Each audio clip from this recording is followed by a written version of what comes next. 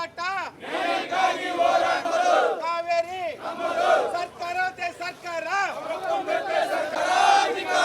ಕಾವೇರಿ ನೀರು ನಿರ್ವಹಣಾ ಸಮಿತಿಗೆ ಹೇಳಿ ಧಿಕ್ಕಾರ ಬೇಕೇ ಬೇಕು ನ್ಯಾಯ ಬೇಕು ಕಾವೇರಿ ಕಾವೇರಿ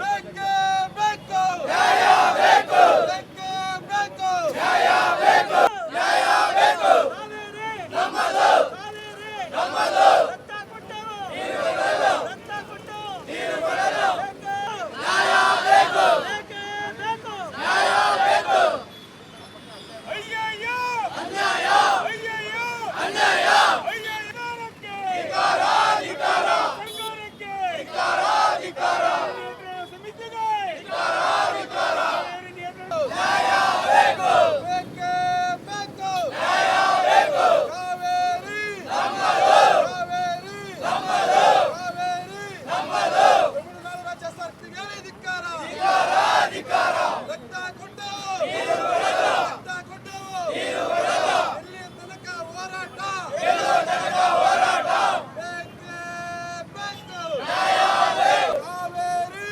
ನಮ್ಮದು ಕಾವೇರಿ ನಮ್ಮದು ಕಾವೇರಿ ನಿರ್ವಹಣಾ ಸಮಿತಿಗೆ ಧಿಕ್ಕಾರ ನ್ಯಾಯಕ್ಕಾಗಿ ಹೋರಾಟ ಯಾತಕ್ಕಾಗಿ ಹೋರಾಟ ನ್ಯಾಯಕ್ಕಾಗಿ ಹೋರಾಟ ಸರ್ಕಾರ ಬಂದೆ ಸರ್ಕಾರ ಬಂದಂತೆ ಸರ್ಕಾರ ಸರ್ಕಾರ ಬಂದೆ ಸರ್ಕಾರ ಬಂದಂತೆ ಸರ್ಕಾರ ಕಾವೇರಿ ನಮ್ಮದು ನ್ಯಾಯ ಬೇಕು ಬೇಕೇ ಬೇಕು ನ್ಯಾಯ ಬೇಕು ನ್ಯಾಯಕ್ಕಾಗಿ ಹೋರಾಟ ನ್ಯಾಯಕ್ಕಾಗಿ ಹೋರಾಟ ಈ ದಿನ ಏನು ಕರ್ನಾಟಕದ ಜನತೆಗೆ ಕುಡಿಲಿಕ್ಕೆ ನೀರಿಲ್ಲ, ನಮ್ಮ ರಾಜ್ಯದಲ್ಲೇ ಬೆಂಗಳೂರು, ಮೈಸೂರು, ಮಂಡ್ಯ, ಚಾಮರಾಜನಗರ ಭಾಗದಲ್ಲಿ ಕುಡಿಲಿಕ್ಕೆ ನೀರಿಲ್ಲದೆ ಬರ ಪರಿಸ್ಥಿತಿಯನ್ನು ಎದುರಿಸ್ತಾ ಇದ್ದರೆ ಕಾವೇರಿ ನೀರು ನಿರ್ವಹಣಾ ಸಮಿತಿ ಏನು ಏಕಾಏಕಿ ತಮಿಳುನಾಡಿಗೆ 3,500 ಕ್ಯೂಸೆಕ್ಸ್ ನೀರನ್ನು ನೀಡಬೇಕು ಅಂತಂದ್ಬಿಟ್ಟು ಆದೇಶವನ್ನು ಹೊರಡಿಸಿದೆ. ಇದನ್ನು ಕರ್ನಾಟಕ ರಕ್ಷಣಾ ವೇದಿಕೆ, ಕನ್ನಡಿಗರು ಯಾವುದೇ ಕಾರಣಕ್ಕೂ ಇದನ್ನು ಒಪ್ಕೊಳ್ಳೋಕ್ಕೆ ರೆಡಿ ಇಲ್ಲ. ಈಗಾಗಲೇ ಈ ಆದೇಶವನ್ನು ಹಿಂಪಡಿಬೇಕು, ಇದಕ್ಕೆ ರಾಜ್ಯ ಸರ್ಕಾರ ಮಧ್ಯೆ ನುಗ್ಗಿ ಈ ಆದೇಶವನ್ನು ಹಿಂಪಡಿಬೇಕು ಅಂತ ಕರ್ನಾಟಕ ರಕ್ಷಣಾ ವೇದಿಕೆ ಹೋರಾಟ ಮಾಡೋ ಮುಖಾಂತರ ಎಚ್ಚರಿಕೆಯನ್ನು ಕೊಡ್ತಾ ಇದ್ದೀವಿ. ಮುಂದಿನ ದಿನಗಳಲ್ಲಿ ಇದೇನಾದರೂ ಆಗದೇ ಇದ್ದರೆ ಈಗಾಗಲೇ ನಮ್ಮ ನಾಯಕರಾದ ಪ್ರವೀಣ್ ಕುಮಾರ್ ಶೆಟ್ಟಿ ಅವರು ರಾಜ್ಯವನ್ನು ಬಂದ್ ಮಾಡ್ತೀವಿ ಅಂತ ಎಚ್ಚರಿಕೆಯನ್ನು ಕೊಟ್ಟಿರ್ತಾರೆ. ಇವರು ಹೇಳಿರುವಂತೆ ಕರ್ನಾಟಕ ರಾಜ್ಯವನ್ನು ಬಂದ್ಗೆ ಕರೆ ಕೊಡ್ತಾರೆ. ಚಾಮರಾಜನಗರ ಜಿಲ್ಲಾದ್ಯಂತ ಕರ್ನಾಟಕ ರಕ್ಷಣಾ ವೇದಿಕೆ ಪ್ರವೀಣ್ ಶೆಟ್ಟಿ ಬಣನೂ ಸಹ ಸಂಪೂರ್ಣ ಬಂದ್ ಮಾಡ್ತೀವಿ ಅಂತ ನೇರ ಎಚ್ಚರಿಕೆಯನ್ನು ರಾಜ್ಯ ಸರ್ಕಾರ ಮತ್ತು ತಮಿಳುನಾಡು ಸರ್ಕಾರಗಳಿಗೆ ಹಾಗೂ ಕಾವೇರಿ ನೀರು ನಿರ್ವಹಣಾ ಸಮಿತಿಗೆ ಎಚ್ಚರಿಕೆಯನ್ನು ಕೊಡ್ತಾ ಇದ್ದೀವಿ.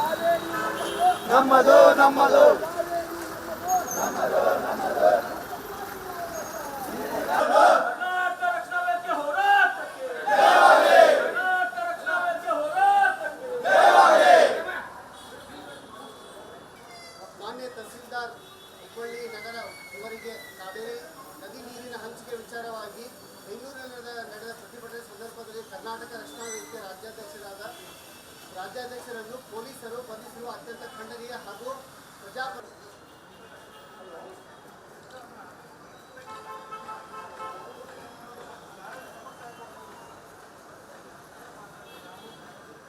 ಓಕೆ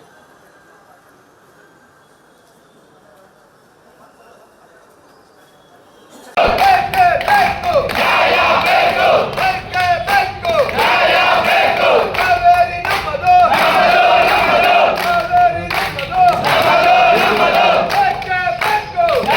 ಬೇಕು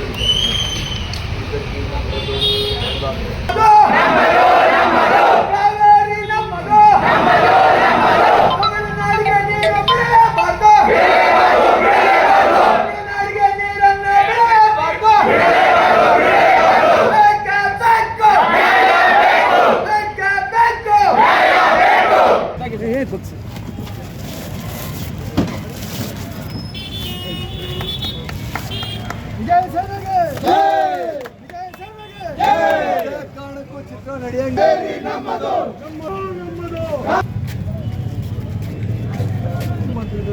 ಚಿತ್ರನ ನಿಲ್ಲಿಸ್ಬೇಕು. ದಯವಿಟ್ಟು ಇಲ್ಲಿ ಯಾಕೆ ಕೇಳ್ಕೊಂತಿದ್ದೀನಿ ಅಂದರೆ ಒಂದು ಚಲನಚಿತ್ರಕ್ಕೆ ನಾವು ಇಲ್ಲಿ ತೊಂದರೆ ಕೊಡೋಕ್ಕೆ ಅಂತ ವಿಚಾರ ಮಾತಾಡ್ತಿಲ್ಲ.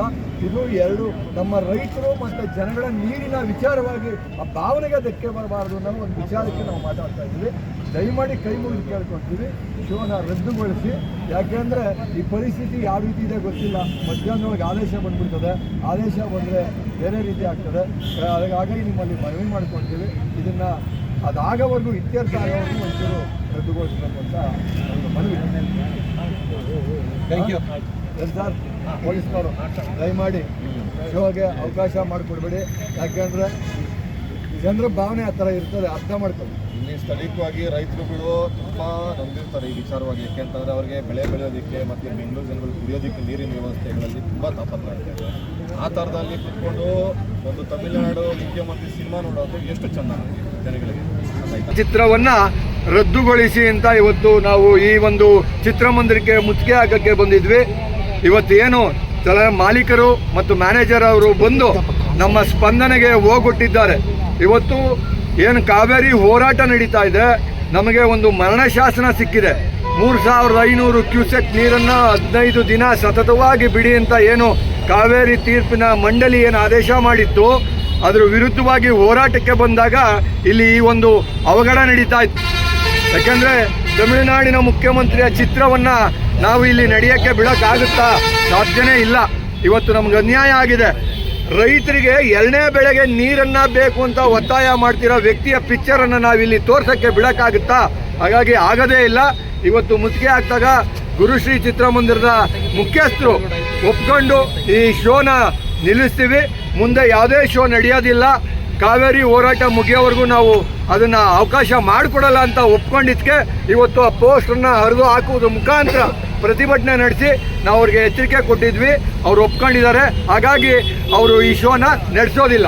ನಮಗೆ ನ್ಯಾಯ ಕೇಳ್ತಿರೋದು ಇಷ್ಟೇ, ರೈತರಿಗೆ ನೀರು ಬೇಕು, ಜನಕ್ಕೆ ಕುಡಿಯೋಕ್ಕೆ ನೀರು ಬೇಕು. ಇವತ್ತಲ್ಲಿ ನೀರಿಲ್ಲ KRS ಅಲ್ಲಿ. ನೀವು 2ನೇ ಬೆಳೆಗೆ ನೀರನ್ನ ಕೊಡಿ ಅಂತ ಡಿಮ್ಯಾಂಡ್ ಮಾಡಿದ್ರೆ ಅದನ್ನು ಕೊಡೋಕ್ಕೆ ಸಾಧ್ಯ ಇಲ್ಲ.